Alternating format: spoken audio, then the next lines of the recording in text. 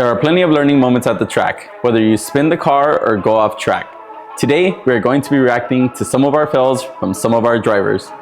Vamos!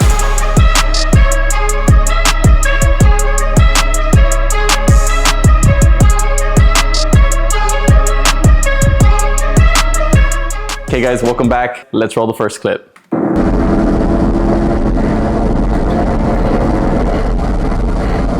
Pinched into, yeah.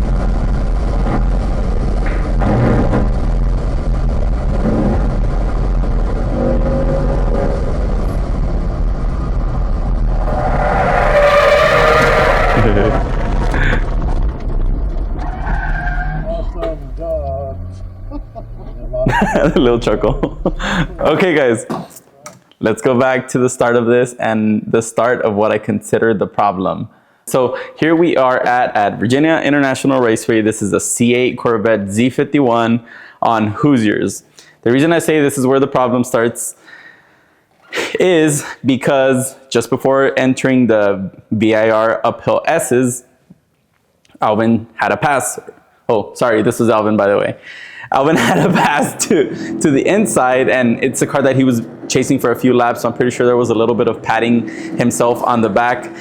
So since he enters a little bit shallow into the first S, he's now pinched on the first one, and he's probably trying to carry some speed through here so that the car doesn't pass him again.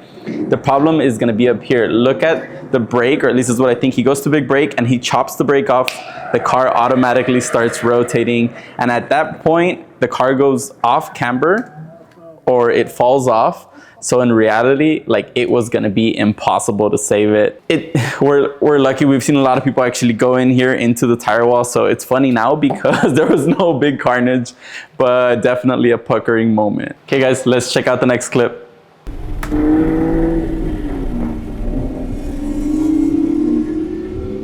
I think sounds like a vacuum cleaner. Nah. Turn it in, turn it in.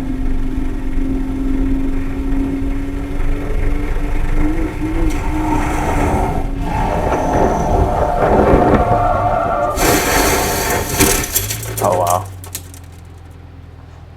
Is that as bad? It's as terrible as it sounds. I'm like, ooh. It's just gravel hitting the paint of the car is like, ooh. Okay, so let's start from the beginning, guys. So just to give you some context, this is at Circuit of the Americas. This is a Bossman John in a brand new to us GT2 RS. It had a full setup. It did have PPF, which saved a lot of the paint of the car. And it's his first time out in the car on brand new Hoosiers. This is a December event, so I'm pretty sure the weather is amazing. So the car is definitely making some steam. John had the lines great. He was getting the car to the apex, which is obviously super important. Here he turned in late to 16B, made 16B. Now, the problem with COTA, and it continues being the problem with COTA, the track just developed bumps. It continues to develop bumps over time, no matter what they do in the asphalt, no matter if they, I think it's supposed to have like a huge base of a certain, it has a huge base, the track still moves. So John is entering the carousel, like in any other car. He enters, releases the throttle, gets the nose to squeeze in, goes back to throttle. But there was a bump on the exit. There used to be a big bump on the exit. And on the bump, you can see where he has a spike of, or he grabbed full throttle pre-bump, and then on the bump, he did chop the throttle a little bit. And I think the problem here was just his correction just came a tad too late. So the correction is now, he chops the throttle, the car grips up. So the car is sliding and he's retreating on the throttle, correcting, right? Now, the car decides to go back to grip and the wheel's like this, so automatically it's gonna go this way. He does the correction to the other side. Yeah, I think he ends up touching the wall like at 20 miles an hour. It is that bad. What I can say, oh, look at all the gravel in slow-mo. Oh my goodness. So I don't think it was that expensive to repair the car. Honestly, the more the car touched the Tech Pro, and the Tech Pro is like a special barrier, and it pushed in the rear bumper a little bit. So the bumper was able to been fixed. The wing, the carbon cracked, so we fixed that. But the biggest issue was the gravel. The gravel came inside the car. The car, you know how they all have the screen protector. The car actually cracked the screen protector. So we peeled the screen protector off, and our infotainment screen was good, so that was a bonus, but it cracked the rear glass, and that was expensive. That was the most expensive part of it. Besides all that, geez, that sucks. Besides all that, we had to retire the set of ceramics brakes that was on it, so that's, what, $6-7 grand a corner. They're still fine, but I wouldn't trust them at another high-speed track venue. Let's move on to the next one. Okay guys, here's the next video. This is more of an oopsie. We were not trying to see if TJ was in a lie, but we just found out he was. One thing in common between this video and the previous, same car, GT2 RS. That says something about, if that doesn't say something about the car, then shit.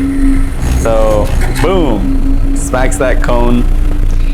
Now, why am I making a big deal about hitting a cone? He is hitting a cone at 113 miles an hour. It's a full-size cone. And TJ, you told us that you were passing a car. Now, still looking for the car. Still looking for the car you passed. And you can tell he retreated on throttle just to try to avoid it. Did not happen. TJ, we love you, but that bumper cost over $10,000. Now, another thing we found in this same lap, which is crazy, Jorge actually was just scrolling through the lap, we found this. This is just what are we gonna call this? This is not an oopsie, this is a holy crap.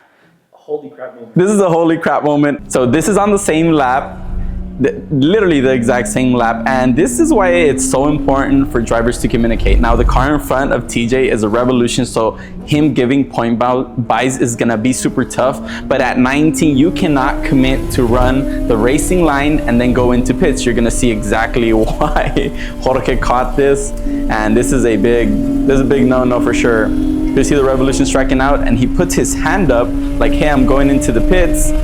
But TJ could have taken that as a point buy, right? Because that hand should have been out through the carousel. And then TJ's passing him, and the guy just says, hey, I'm a pit. So poor communication from the Revolution guy. You know who you are. You got away with it. Look at how close these two cars are. And TJ pays attention to a lot of stuff. Like, him and I kind of understand each other on track, so he reads people pretty good, but the fact that TJ was this close to you is not good. Let's move on to the next one. I'm gonna let you guys watch the next clip of the same car.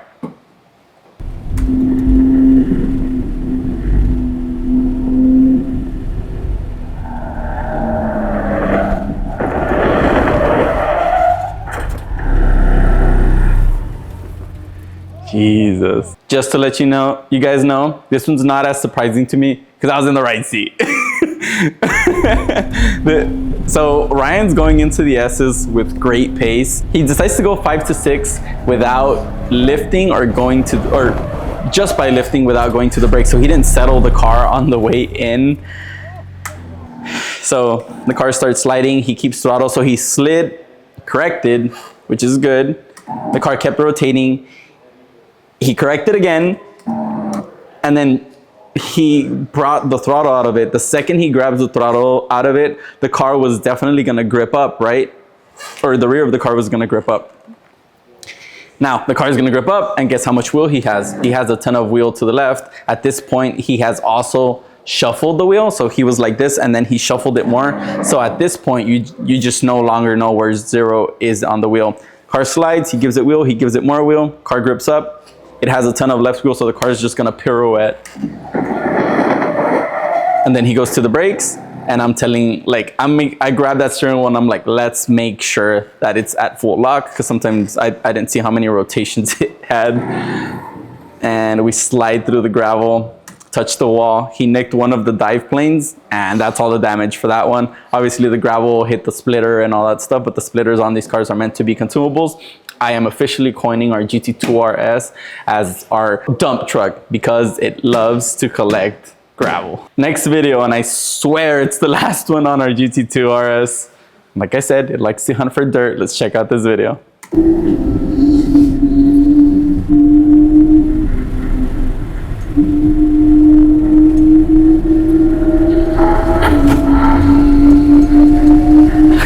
We're good. Jack gives me like, we're alive, said. Oh God. Okay, so I am Road Atlanta, cresting the most epic turn there. And I get a pass to the inside. So in it, I should have automatically said, you know what? I'm gonna be pinched on entry. I need to slow it down. But no, I grab a boatload of throttle on the way in. And I grabbed just a tiny brake. The whole thing, I just didn't want the car to get upset here. So I didn't want to apply a big brake because it's going downhill. And at this point, I grab a boatload of throttle and say, crap, I'm too early. Retreat throttle, grab throttle again. And at this point, I think I'm just committed to see how much of the left I can use. I do know that I always have this mentality, if I'm ever on dirt or past the track, you need to come to the wheel as straight as possible and ride it out. If you keep the wheel in it and say, I am not gonna get to that track out, that's what you usually end up hooking it to the inside because you're still gonna get to the gravel, but now you have a ton of wheel, or to the outside, now you have a ton of wheel, and the car's just gonna hook automatically. So as soon as I touch the dirt, straighten it out, and you can hear the where it probably picked up a ton of dirt and the underbody of the car scraped. But we survived. I gave him I did a little bit. He was like, Gucci, let's go. Let's move on to the next one. Let's check out the next video. This is me at MSR Houston clockwise.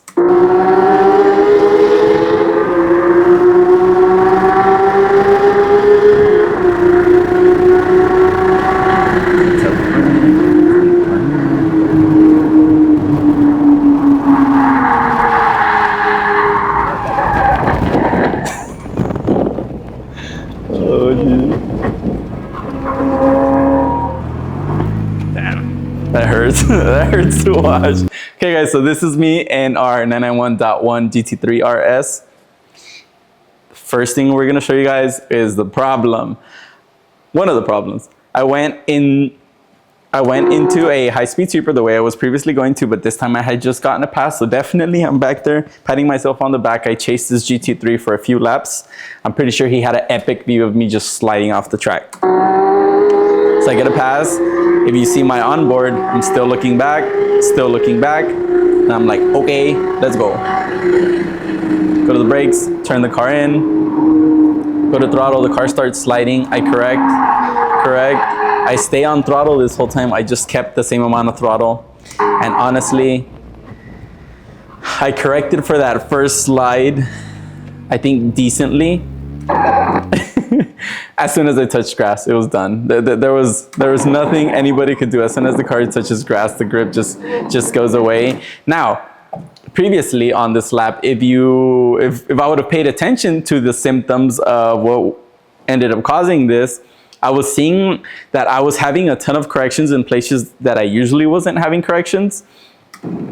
So I'm a big advocate of figuring out pulling the data from the car and figuring out what the hell was the problem, right? So as soon as I got to the pits, pulled the data, looked at it and said, maybe this was a little bit savable. But then I looked at the rest of the lap and I go peek under the car and my rear tires are corded. So yeah, if I would have paid more attention, I would have seen a problem coming, and I did not, but at least we got this epic video. One thing I forgot to mention was that if you find yourself in an on-track incident, you have to be quick to decide if it's something you are going to pursue long-term. Meaning, if you fall off the horse, get back on immediately. Some of these scares can cause drivers to shy away from the sport or continue to make the same mistakes over and over. This resets the timer for us to start collecting more epic moments here at Saga. Let us know what you think of some of our fails. If you want to see us react to other fails, make sure to like this video and leave your thoughts down below. See you guys next time.